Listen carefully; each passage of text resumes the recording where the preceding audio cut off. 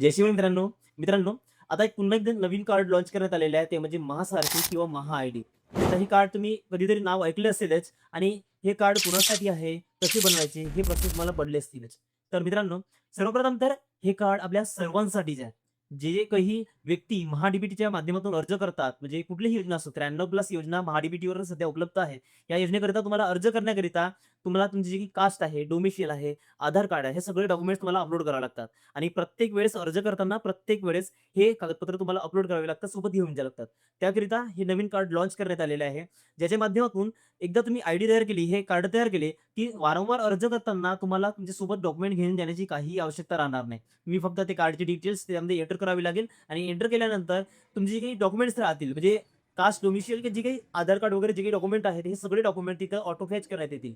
तर मित्रांनो, अशा प्रकारे जे काही महा-आयडीचे कार्ड आहे किंवा महासारथी कार्ड आहे, तुम्हाला एक फायद्याचे ठरणार आहे.